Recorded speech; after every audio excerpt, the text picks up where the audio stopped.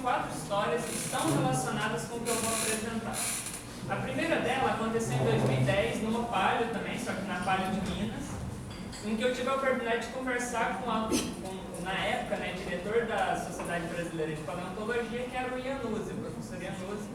E ele me falou uma frase que me marcou muito, que ele disse o seguinte: o melhor paleontólogo é aquele que viu mais materiais. Quanto mais materiais um paleontólogo vê, melhor ele será. Isso me marcou. E eu não entendi ainda muito bem o porquê. Depois disso, durante o meu mestrado, eu tive um contato muito intenso com a filosofia. E aí, dentro da filosofia, eu entendi, filosoficamente falando, a justificativa do porquê a pessoa que estuda mais é melhor, é mais eficiente naquilo que ela faz. E a gente vai chegar nisso. E aí, tudo bem. Até agora eu só falei de paleontologia e de filosofia. Por que então essa questão de representatividade? O primeiro motivo, talvez mais óbvio, é a partir do momento que você faz parte de uma minoria, você, talvez instintivamente, né, você passa a querer representar ela melhor e de preferência, né, a partir do momento que eu tenho uma posição privilegiada dentro da minha representação, é tentar ajudar aqueles que não a têm. E uma forma de ajudar é tentando conscientizar. Então, isso eu criei o canal, eu comecei a fazer essa parte de divulgação científica e, paralelamente, muito embriologicamente, fazer alguns estudos nessa vertente relacionando filosofia e representação. E, por fim, o que me gerou a temática especificamente dessa apresentação foi aquela situação da criação do vestibular específico para pessoas trans, travestis e agêneros, né? E que gerou uma discussão, né, do porquê é necessário criar esse tipo de coisa, para que precisa ter representatividade dentro da academia. E eu fiquei muito matutando nisso. E assim, eu defendi meu doutorado anteontem, então eu não tive o tempo que eu gostaria para me dedicar a essa pesquisa. Então, o que eu vou apresentar aqui são os primeiros passos, né, dessa vertente que eu estou começando a seguir agora, e eu espero que vocês gostem, né? Então, o meu objetivo hoje é, primeiro, tentar mostrar o porquê representatividade em qualquer coisa que a humanidade for fazer é importante, e segundo, porquê que eu acredito que representatividade seja uma necessidade, não só uma questão de desejo. Então, a diversidade humana, ela é muito variada, né? Você tem diversas morfologias e etnias relacionadas aos processos evolutivos da origem da nossa espécie Homo sapiens e a sua expansão pelos diversos continentes, com o desenvolvimento de inúmeras culturas específicas, morfologias específicas do nosso morfótipo geral da nossa espécie, e permite essa linda diversidade de organismos que a nossa espécie representa. Outra questão que a nossa espécie tem de diversidade se refere ao dimorfismo sexual e, obviamente, o sexo biológico. A nossa espécie ela tem um dimorfismo sexual que se manifesta de duas maneiras, mas aqui eu estou me referindo mais à parte, vamos dizer assim, biológica dela, que é a questão cromossomial, né? Nós temos uma diferença cromossomial entre os dois sexos, e isso reflete na forma com que a produção dos hormônios são feitas e como esses hormônios são absorvidos pelo nosso organismo. E essa absorção diferenciada gera características secundárias que a gente chama de dimorfismo sexual. Como, por exemplo, o desenvolvimento acentuado de mamas das mulheres, o desenvolvimento peniano dos homens. Lembrando que na espécie humana, ou na verdade em todas as espécies que o macho da espécie é representado pelo aquele que possui os cromossomos XY, em todos esses organismos, necessariamente os primeiros estágios de desenvolvimento embriológico, nós somos mulheres. A partir do momento que começa a produção e manifestação do gene Y e dos hormônios masculinos, aquilo que a gente tem que se transformar em útero, ovário e tudo mais, ele vai se transformando nas características secundárias masculinas, que é o pênis, o escroto e tudo mais. Então aqui todo mundo é biólogo, até aqui provavelmente não é uma novidade, né? Mas isso ilustra que, além então dessas duas questões de sexo biológico bem delimitadas por causa do nosso dimorfismo, nós também temos aquilo que a gente chama de intersexo, que são aqueles casos de anomalias cromossomiais ou anomalias na absorção de hormônios, em que você tem uma incompatibilidade entre o que a gente esperaria pelo cromossomo e o que é manifestado em relação às feições tradicionais desse dimorfismo sexual que a gente identifica. Além disso, então agora já entrando na segunda forma com que o nosso dimorfismo sexual se manifesta, se refere à identidade de gênero e o papel social. A nossa espécie, então, ela é uma espécie social, ela é uma espécie cultural, e isso não é uma exclusividade nossa. Se a gente olha os nossos parentes primatas, eles também têm esses comportamentos culturais e sociais muito desenvolvidos, e que também tem alguma relação ali com a sexualidade dos organismos ali representados. Na nossa espécie, talvez seja aquela que atingiu o maior grau de complexidade no que se refere a esse papel social que os indivíduos podem vir a desempenhar dentro dessa sociedade. E é nessa questão que a gente começa a parte que as pessoas têm muita dificuldade, porque realmente é difícil. A sexualidade e a manifestação biológica humana, ela é muito complexa. E então, você pode, então, nesse contexto, começar a ter as disforias, as incompatibilidades entre o sexo biológico e a atuação na sociedade desse organismo. Eu gosto de me usar como exemplo porque é mais fácil, né? Então, no meu caso, o meu sexo biológico é masculino, mas a minha manifestação social, ela é feminina. Eu não consigo me identificar como uma pessoa masculina nos padrões sociais que a gente vive. Então, em termos de gênero, eu sou aquilo que é chamado de transgênero, porque quando eu nasci eu fui designada como sexo masculino, e sou transgênero, né, uma mulher trans. Só que isso é talvez uma das partes mais fáceis da questão dos gêneros da nossa espécie, né? São reconhecidos atualmente cerca de 37 gêneros, e que na verdade são as identidades de gênero, né?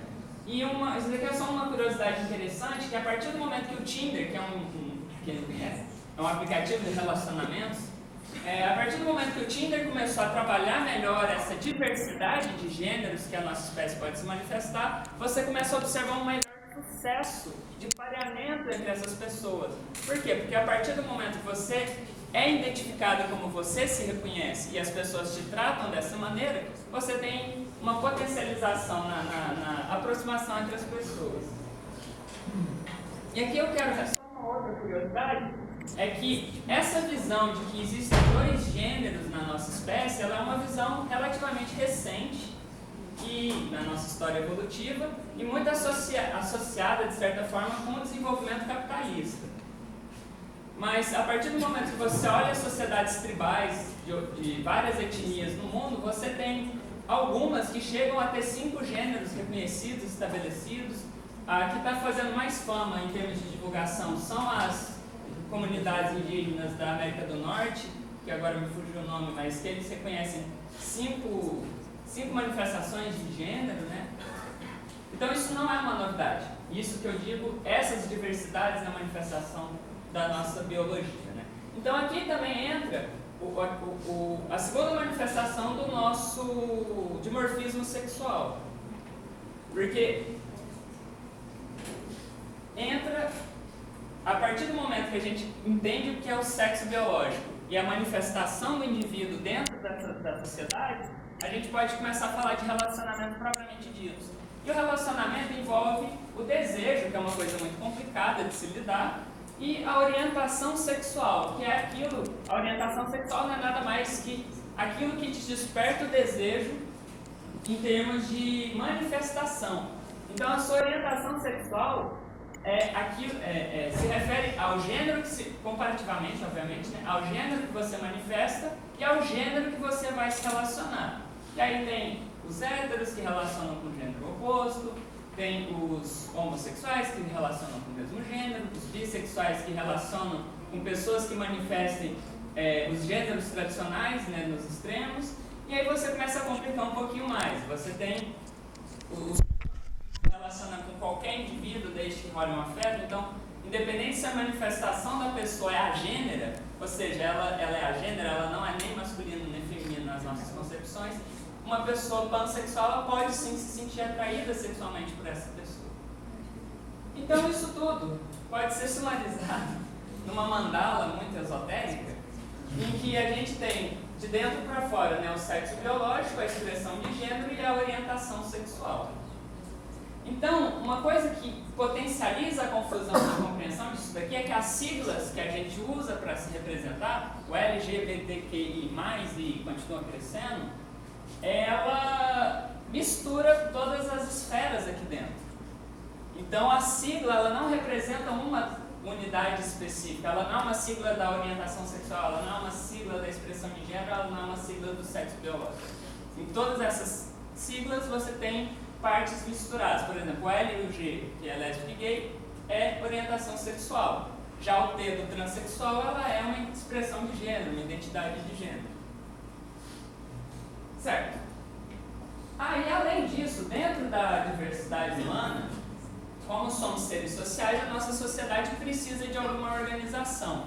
E a nossa organização, ela variou muito, desde o imperialismo, presença de reis, feudalismos, tribais, até a estrutura mais ou menos uniforme que a gente tem no mundo de hoje em dia, que é o universo capitalista, que, por definição, envolve uma desigualdade social, em que você tem poucos acumulando riquezas e os meios de produção, e esses meios de produção são desenvolvidos e disponibilizados para trabalho para aqueles que não contêm o capital, que vão vender o seu trabalho para adquirir o recurso para a sua subsistência. Isso foi muito bem descrito pelo Marx, você concordando ou não com as propostas de solução para os problemas que ele observa no capitalismo, é reconhecido inclusive pelos capitalistas que o Marx foi a pessoa que melhor foi capaz de descrever e caracterizar o processo capitalista de estruturação social.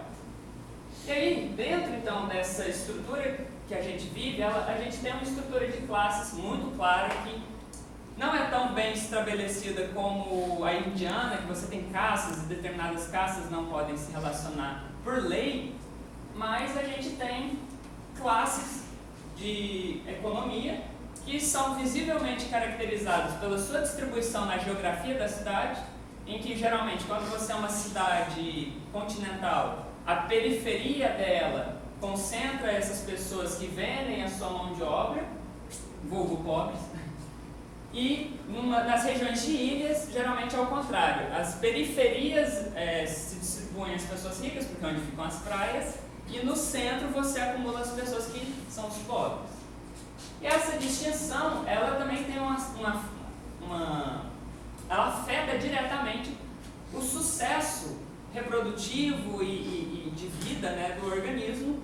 E aqui eu posso ilustrar, como por exemplo, nos dados mais recentes do Enem, os pobres, né, que seriam essa última categoria, que são a maioria da população, representam 1 a cada 4 alunos que triunfam, né? Quer dizer, os pobres representam 1 a cada 600 pessoas que tentam o Enem, um pobre passa.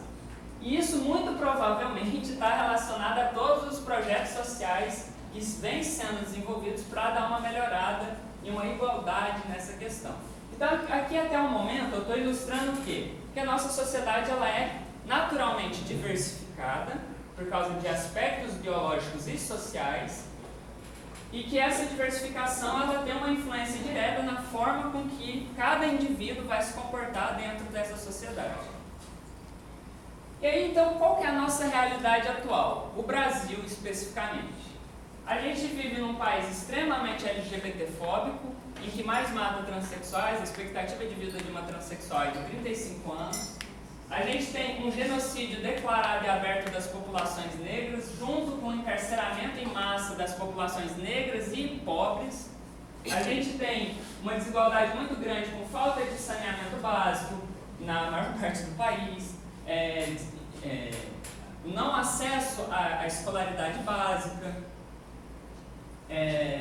A gente tem, além disso, né, uma questão que já está começando a ser melhor discutida, mas a questão das mulheres, né, terem os mesmos empregos que os homens, e às vezes até cargos superiores, mas receberem menos ou serem menos valorizadas por isso.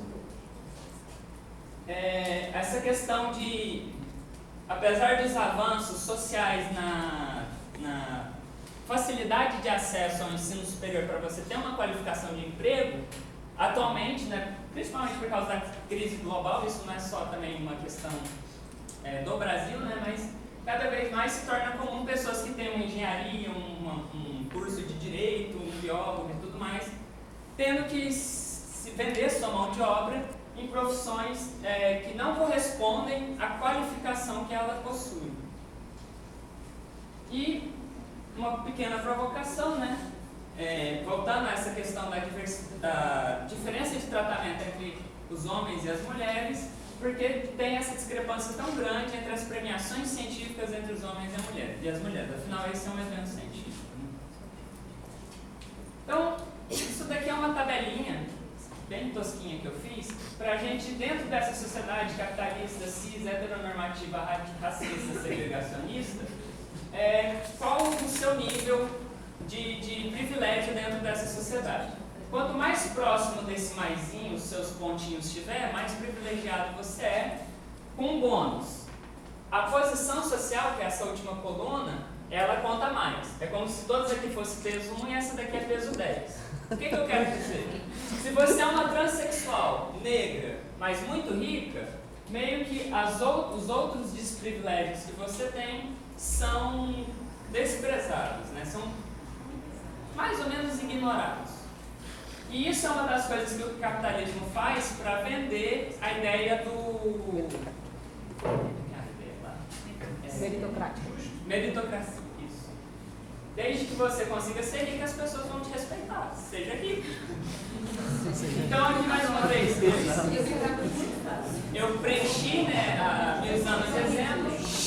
Então, de etnia, eu sou branca, de olho claro, então eu sou muito privilegiada. No sexo biológico, eu nasci como homem, então eu tenho os privilégios de um homem ao longo de 27 anos da minha vida, embora como identidade de gênero, atualmente eu sou uma transexual, então eu estou lá embaixo. Orientação sexual, eu sou bissexual, isso também me joga lá para baixo. E a minha posição social, mais da minha renda familiar, me joga para a classe média baixa, que também me joga então aqui para o meio. Então essa seria a minha escala de privilégios. Eu convido a todos, talvez não para fazer isso agora, né, mas sei lá, tira uma foto ou anota essas características e veja, e se situe na sociedade que você vive. Existem também alguns aplicativos na internet que o bairro que você mora, a renda que você tem, as suas características anatômicas, e eles vão te dando qual parte da população da sua cidade ou do país que você vive que você está incluindo. Porque somente a partir do momento em que você tem um real entendimento do seu papel na sociedade, que você vai ser capaz de fazer algo por ela, claro, desde que você queira fazer algo pela sociedade que você vive. Então, finalmente chegamos à representatividade. Tudo isso até o momento foi para deixar claro, né, para quem tinha alguma dúvida, que a nossa sociedade ela é extremamente diversificada e desigual. Então, a gente tem distribuições desiguais dentro das diferentes camadas que a gente vive. E aí entra a questão da representatividade, que no sentido mais literal seria você ter, dentro de alguma posição de privilégio, se é que assim a gente pode dizer, né, como um emprego digno, uma posição de artista, uma posição de respeito, você ter pessoas que são tradicionalmente tidas como minorias. Só que se você pega a definição de minoria do Google, ela literalmente trata a minoria como uma questão numeral, né? Nas duas definições dela, elas vão estar relacionadas com a abundância. Então, minoria seria aquelas que possuem uma menor abundância em detrimento de algo comparado.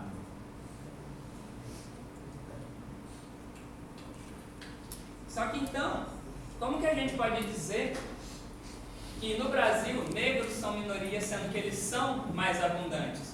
Como que a gente pode dizer que mulheres são minorias se elas são mais abundantes?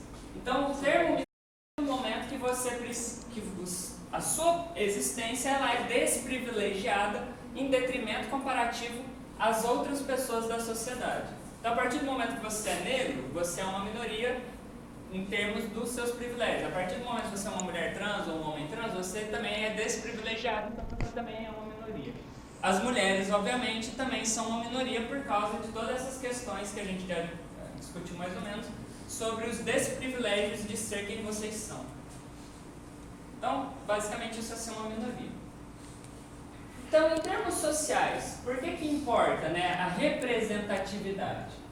Aqui a gente tem um cenário da política brasileira, e me fugiu o ano, mas é uma das mais recentes. E a gente tem aqui os senadores, né?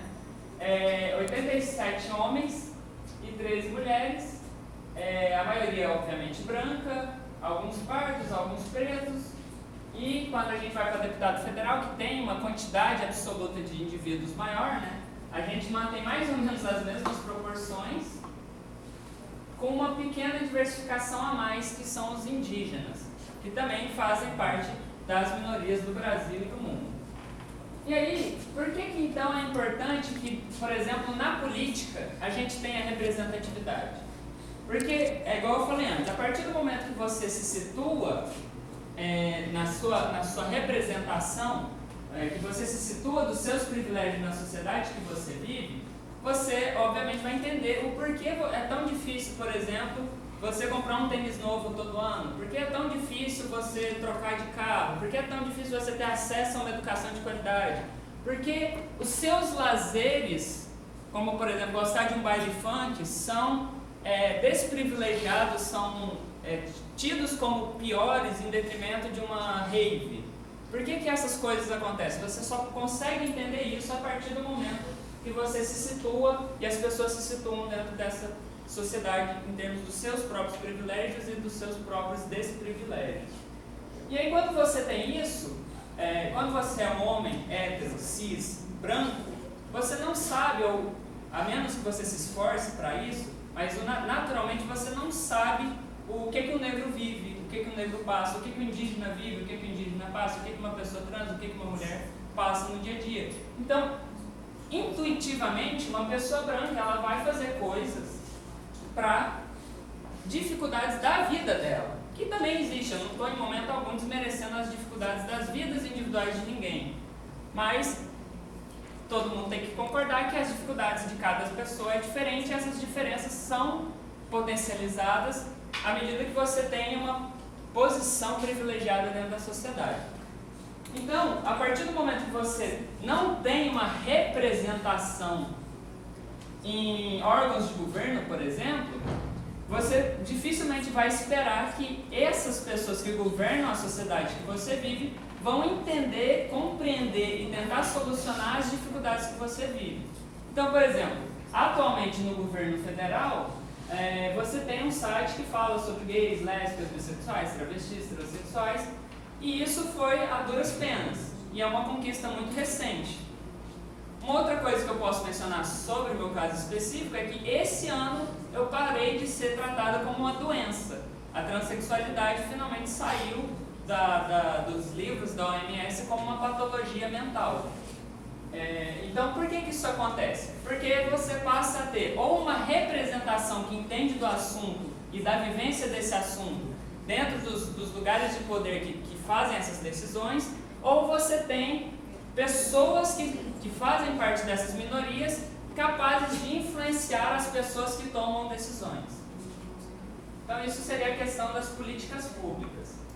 Agora, em exemplos sociais, a nossa sociedade brasileira, contraditoriamente, ela vem progredindo muito. Que podemos falar que começou com o rap, né, o Emicida, o MC Racionais, que começa a trazer as dificuldades do povo preto na sociedade que a gente vive. A gente começa a revolucionar com filmes como Pantera Negra, que não só o protagonista, como as pessoas em volta dele são negros de poder e de liderança. E tem um vídeo muito bonito na internet que um grupo de negros norte-americanos, né, do lado do pôster tirando foto, todos arrepiados, porque eles falam uma frase muito bonita que me emociona muito, que eles falam, nossa, é isso que os brancos sentem todo dia quando vem no cinema? Tipo, ele se identificou com um super-herói que está ali. Para quem é branco, talvez, tipo, nem se perceba disso, mas é algo emocionante. A gente começa a ter os beijos gays, né, os famosos beijos gays nas novelas, o que não deixa de ser um progresso. A gente começa a ter os assuntos, a abordagem das transexuais nas novelas. Inclusive me ajudou muito na época que eu fui me assumir para minha sogra, né, e ela sabia o que era transexual por causa das novelas, então facilitou muito minha vida. Então tem um impacto social muito grande.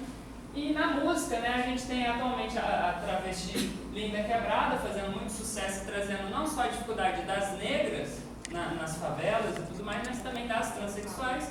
E, pasmem, a drag queen mais ouvida, que tem mais seguidores, que faz mais sucesso no mundo, é uma brasileira, que é a Pablo Vittar. Então isso são pequenas conquistas que as minorias estão fazendo, não só no Brasil, mas como no mundo. Só que a gente sempre tem que tomar cuidado que, como a gente vive numa sociedade capitalista de poder e de liderança, a partir do momento que envolve riquezas e fortunas, as minorias elas não podem passar a se sentir como uma maioria e se desconectar das suas raízes originais. Então, o que vem sendo feito para solucionar essas diferenças em termos políticos, né? A gente tem completando, se não me engano, esse ano, 15 anos da UERJ, né, das cotas, que foi a primeira universidade a criar essas cotas, e já com resultados incríveis de como elas surtiram um efeito positivo para a diversificação das pessoas na universidade e para a própria universidade, como isso trouxe benefícios para elas. Os negros, num país em que a maioria é negra, os negros finalmente são maioria nas universidades públicas, o que é estatisticamente o esperado. O Brasil começa a ter melhor colocação nas competições de física, medalhistas de ouro na matemática, começa a abrir cotas e vestibulares específicos para algumas minorias específicas, como as transexuais, e a gente então começa a ter políticos como negras, travestis, transexuais, gays, atuando na política brasileira. Ou seja, a gente começa a ter uma representação política dessas minorias. E isso reflete nas políticas públicas que vêm sendo tomadas. Então, agora já chegando próximo à discussão efetiva da palestra. A representatividade na ciência, ela é uma questão de justiça social ou necessidade científica? Então, vou definir rapidinho o que é uma justiça social e o que é uma necessidade científica e vou dar a minha conclusão, que é a conclusão dessa palestra. A justiça social seria aquilo que a gente vai tentar fazer para que todas as pessoas numa sociedade sejam tratadas de forma justa, igualitária. É uma questão ideológica, de desejo, né? Por isso que o título da minha palestra inclui a palavra desejo. E dentro então da justiça social, a gente tem que sempre lembrar que a gente não busca a igualdade propriamente dita, né? A gente busca uma palavra um pouco mais bonitinha, que é a equidade. Ou seja, a partir do momento que a gente reconhece a nossa posição na sociedade e que as outras pessoas nessa sociedade possuem posições de privilégios e desprivilégios distintas, elas têm demandas diferentes para a solução dos seus problemas. Então a gente não pode simplesmente pegar uma solução geral e esperar que essa solução geral se aplique a todas as pessoas da sociedade. Então isso é justiça social. Você buscar, por meio principalmente de políticas públicas, soluções equitárias. Equidade. Agora, com relação ao impacto científico.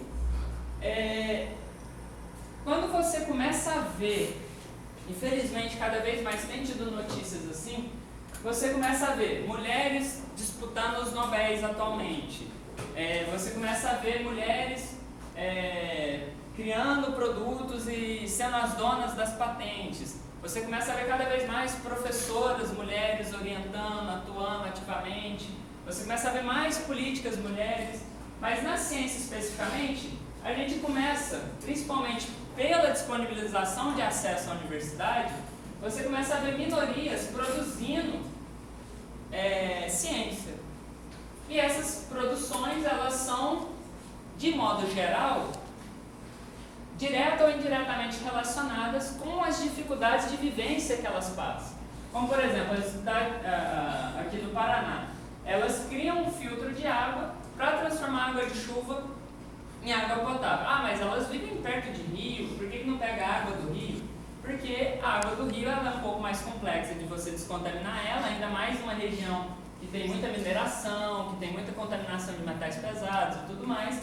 E aí se torna mais fácil você resolver essa questão hídrica do consumo da água se valendo da chuva. E isso, obviamente, também não é uma técnica que vai ficar restrita àquela região. Ela pode ser utilizada em outras regiões, porque a chuva, de modo geral, é a mesma. A gente tem negros, né, que criaram invenções e que continuam criando invenções. Então, o ponto aqui é, em termos de impacto científico, a representatividade, ela, primeiro, não prejudica a ciência, caso alguém tenha dúvida disso.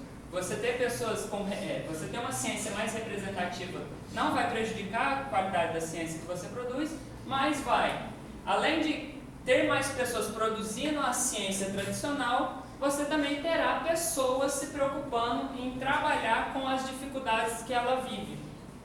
Porque muitas das vezes as motivações que nos fazem nos tornar cientistas muito além da curiosidade, né, soluções para as dificuldades que a gente enfrenta.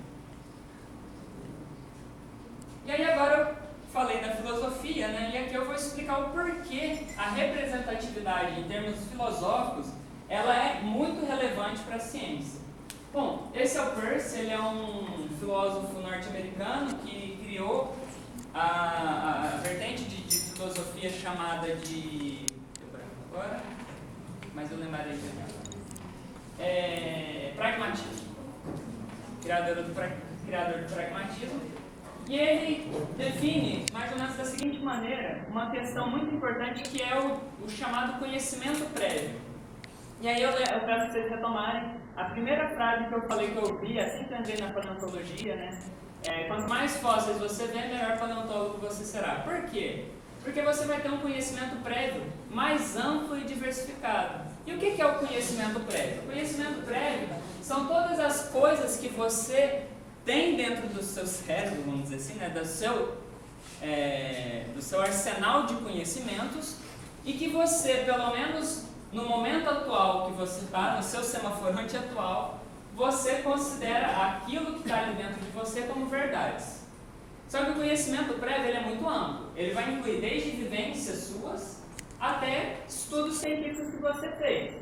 E também vai incluir os ditados populares que sua avó te contava e outras ficções que você criou. Então, o conhecimento prévio ele é perigoso por si só, porque ele diversifica conhecimentos de fontes diversificadas, mas cada um desses conhecimentos eles têm um papel ali importante que a gente vai entrar. E aí, então, aqui sou eu e eu tenho uma expectativa a partir do meu conhecimento prévio do que são lhamas. Então, aqui seria uma lhama. Só que a partir do momento que eu vejo uma lhama que eu não conheço, ou seja, eu tento acessar o meu conhecimento prévio, o meu conhecimento prévio não é capaz de me dar uma resposta satisfatória daquilo que eu estou observando, me surgem as dúvidas. E as dúvidas precisam ser respondidas. E o Peirce ele reconhece pelo menos 4 formas de responder isso. Dentre elas, a gente tem a tenacidade, que a gente vai agarrar-se às convicções que a gente tem. A gente tem o método da autoridade, que a gente vai formar uma opinião formar uma resposta acerca dessa dúvida baseada em uma autoridade que você tenha, quer dizer, a partir de uma pessoa, uma autoridade externa a você, né, que você confie, por exemplo. E aí aqui pode estar desde o pastor da sua igreja até o cientista colega do seu laboratório. Todos podem ser figuras de autoridade na sua vida. Você tem o método a priori, que você simplesmente tem preconceito às possíveis respostas que você pode atingir dessa sua dúvida. e tende a manter a resposta mais conservativa dentro do seu espectro de conhecimento prévio. E você tem finalmente o que seria o método científico, em que você vai criar uma resposta baseada nas evidências que você tem. Então, por um desses métodos, a gente é capaz de responder. Geralmente a gente usa o método científico, espero todos aqui, né? E por meio então dessa disponibilidade de evidências, a gente forma um novo conhecimento que é fixado no nosso conhecimento prévio. Então, basicamente, toda vez que você aprende algo novo, você fez isso daqui sem perceber. Tá, então a gente entendeu como se fixa o conhecimento. Agora, eu preciso falar de Paulo Freire, porque a gente está no Brasil, porque a gente está na UERJ falando num campus de formação de professores e a gente está falando de representatividade. Então, Paulo Freire, ele tem algumas frases muito interessantes, né, que se você vai esmiuçar aos poucos, né, o que ele está falando ali, ele é uma pessoa que reconheceu a importância do conhecimento prévio para o ensino e aprendizado, que é justamente o que o Peirce reconheceu em termos de filosofia. Ou seja, a partir do momento que você trabalha as dúvidas a partir do conhecimento prévio das pessoas, você é capaz de gerar as dúvidas de uma maneira acessível e solucionar elas de uma maneira mais factível. Por isso que os métodos propostos por ele de ensino são tidos como tão eficientes, porque você trabalha justamente na forma com que o nosso cérebro pensa. Ele é mais factível. E aí, então, agora que a gente sabe como o nosso cérebro se fixa os conhecimentos, a gente pode finalmente responder a pergunta, né? Aquilo é um desejo ou é uma necessidade? Na minha opinião, ela é uma necessidade. Porque a questão da justiça social é muito importante, porque a partir do momento que vivemos numa sociedade desigual, a gente precisa sim tomar medidas para que todas as pessoas nessa sociedade sejam tratadas de maneira justa, mas a ciência precisa ser diversificada, porque somente assim conhecimentos prévios distintos poderão moldar as novas pesquisas. E aí aqui eu incluo novamente aquelas questões dos problemas específicos que cada minoria vive, que dificilmente seriam trabalhados por pessoas que não sofrem ou não fazem parte desse conjunto de sofrimentos, mas também pessoas que são minorias, elas também podem, a partir da sua vivência, revolucionar aquilo que seria a ciência tradicional. Porque, por exemplo, a partir do momento que você vem de uma situação de pobreza no interior de uma cidade, rural de uma cidade, você tem uma vivência com animais que dificilmente uma pessoa da cidade teria. E ali você já pode ter visto um comportamento de uma ave, um comportamento de um anuro, de um animal ou de uma planta, que nenhum outro animal cientista tem. E isso pode ser relevante para a sua pesquisa. Então, a questão da diversidade, ela é fundamental não só então para a política, mas também para a ciência que a gente faz. Então, quanto mais diversificado for o seu laboratório, você pode ter certeza que mais diversificada e ricas serão não só as discussões que serão realizadas ali, como também os avanços potenciais que esse laboratório vai poder gerar.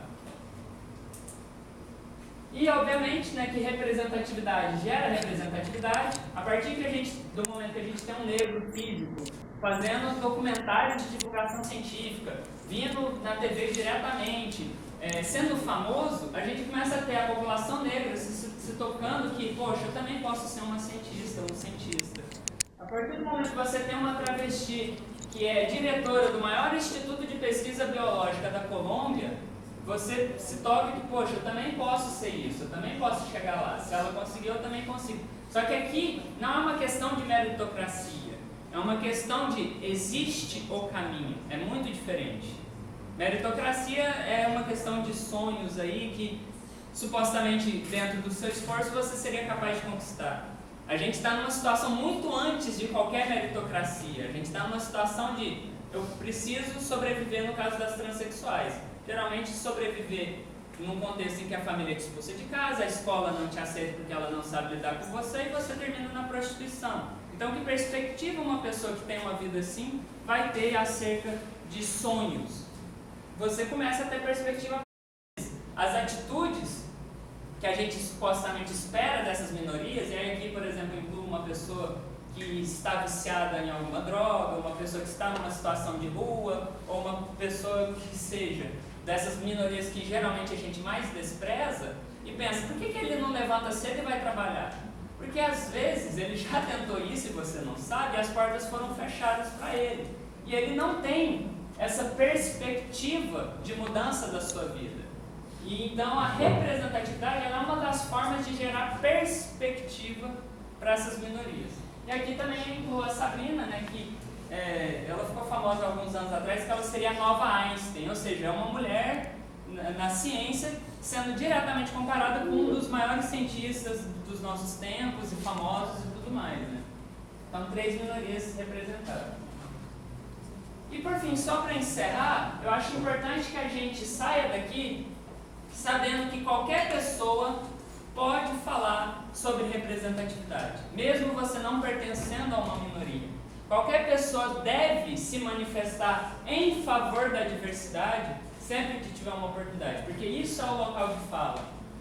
O local de fala é quando você tem um assunto, né, geralmente relacionado às representações, e você vai dar a sua opinião. E desde que essa opinião seja a favor da representação, você é super bem-vindo para dar essa opinião.